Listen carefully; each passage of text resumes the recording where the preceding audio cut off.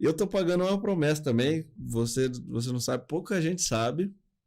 Mas no dia que eu conheci seu livro aqui, foi num treinamento que você deu para a equipe lá do Ninho Verde.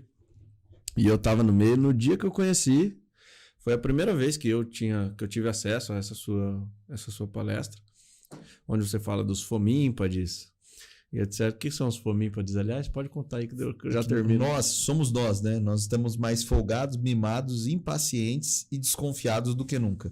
Perfeito. E foi nessa palestra que eu conheci o seu livro, né? Você deixou uma plaquinha lá pra gente pagar no Pix. Quem quiser paga, quem não quiser leva.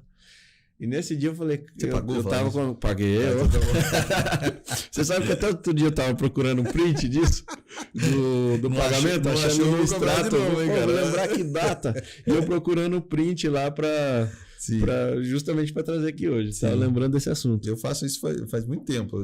Pego o livro e leva. Se você puder pagar, paga quanto você achar que vale. Muito louco. E eu queria o print porque quem fala não prova, cria prova contra si mesmo. Sim, perfeito. Boa. Aí nesse mesmo dia eu comecei a ler o livro. Tipo, eu tava já na metade do livro e eu falando com um amigo que tava junto lá no dia da palestra. Falando, cara, imagina que louco bater um papo com esse cara assim, tipo, sobre essas coisas e tal. Porque pro cara escrever isso, eu ficava pensando assim, pô, é igual o Clóvis de Barros, sabe o professor Clóvis de Barros? Ele falando uma vez sobre cálculos matemáticos, né? Aí ele cita, pô, Pitágoras inventou essa merda. O cara, 500 anos antes disso, o cara sentou, pegou, sei lá, o que pra escrever num pedaço de pedra, num pedaço de papel e inventou. Você só tem que fazer. E eu, tipo, nem tinha ouvido isso ainda, mas eu pensei pelo mesmo sentido. Eu falei, cara, o cara inventou isso aí que ele tá falando. Pô, tem muito mais coisa por trás. Eu sempre fui doutrinado a pensar desse jeito. Tipo, aquilo ali é só a pontinha do iceberg, né? E eu falando isso. Aí no dia que veio uma dupla dinâmica, aí não vou falar quem é esses dois aí, me procurar pra gente fazer o podcast, lindo, eu falei assim, cara, no primeiro dia eu já pensei. Falei, mano, o primeiro tem que ser o Somero. E era por causa disso. Porra, tipo, porque eu ficava pensando assim, aí tipo, hoje... Queria conversar. Hoje à tarde caiu a ficha, tipo, pô, eu nem linkei as coisas, sabe? Vai passando, você fica nessa correria, assim, tipo... Você encheu meus olhos d'água, velho. E eu achei bonito demais, da hora. Tinha que ser o Somero, tava por isso. E uma galera me perguntando assim, pô, por quê? Por que vai ser o Somero? Vocês vão falar de quê? Tal.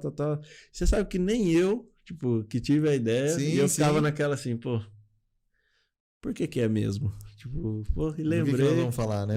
Da hora. Eu lembrando assim, falei, caraca, velho, que... Porra, acho que é a vontade de conversar com alguém, né? Tipo, falando, pô, eu sempre olho dessa forma assim, por exemplo, um cara que eu morro de vontade de trocar uma ideia com esse cara. São duas pessoas. Eu me fez chorar aí.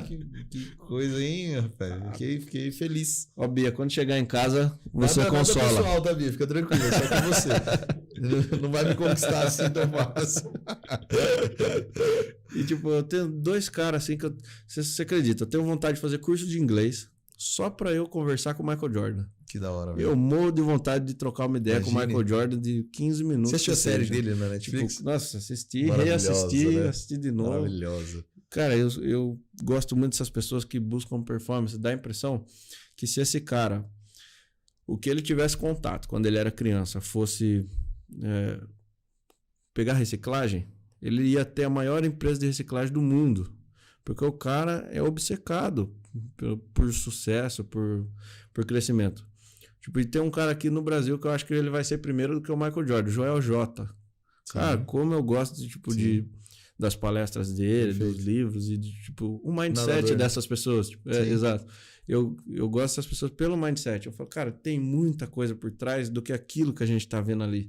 Cara, esse cara deve ter sofrido muito na vida. O que esse cara tem para ensinar com o que já passou, com o que já sofreu, sabe?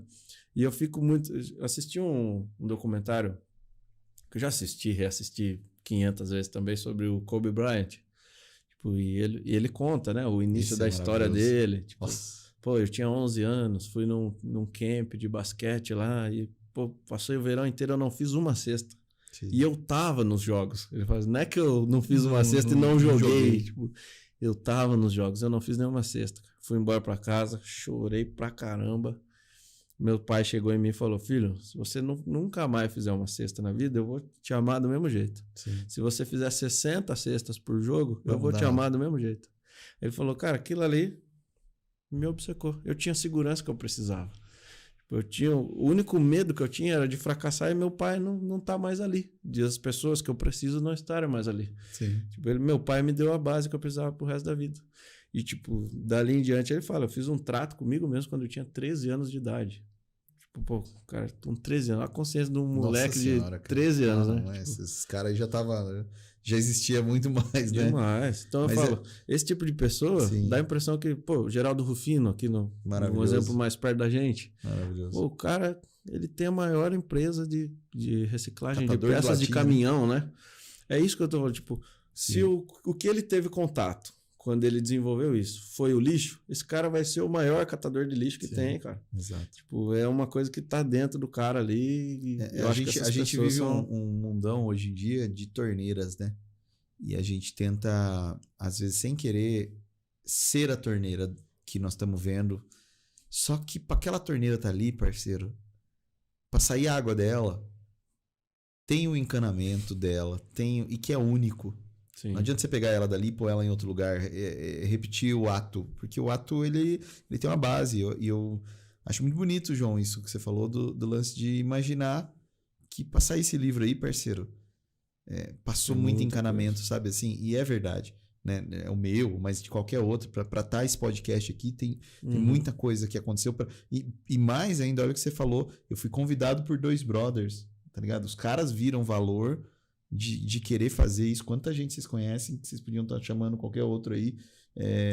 Então, assim, acho que cada um tem seu encanamento e eu agradeço pelo interesse em conhecer um pouco melhor nesse podcast o meu reservatório, os canos que trouxeram até aqui, né? E da torneira que todo mundo vê, né? E que tem aí seus prós e contras, mas tem uma história. Esse livro, só para finalizar e falar dele, eu ensinava pessoas a vender através do que eu tinha aprendido, estudado, mas os livros que eu via eram muito chatos. Eu não vou usar o termo chato, para mim era chato. E eu falei, cara, eu precisava dar um jeito de criar uma história que incluísse coisas que eu aprendi na história, não desculpa o termo, mas caga a regra, assim, você faz isso, faz aquilo. E aí eu tive a ideia, eu cheguei pro meu pai e falei, pai, eu tô pensando em escrever um livro e tal, e ele fez uma psicologia reversa comigo. Ele falou, quem que você conhece que escreveu o livro? E eu olhei e falei, verdade, não conheço ninguém. Aí ele falou, então você não vai escrever. Eu falei, lógico que eu vou. Ele falou, não vai. E, cara, aí comecei a escrever, e eu fui escrevendo de raiva, né? Sim. Você vai ver que eu vou escrever. E quando eu tava perto de encerrar o livro, bem perto, assim, meu pai pegou H1N1. Era gripe. Isso, ele pegou essa gripe e foi muito rápido, João. Foram 15 dias, acho. Entre ele bem e ele, infelizmente, falecer. Entendi. E quando ele estava no hospital, eu corri para escrever o livro. Para terminar o livro.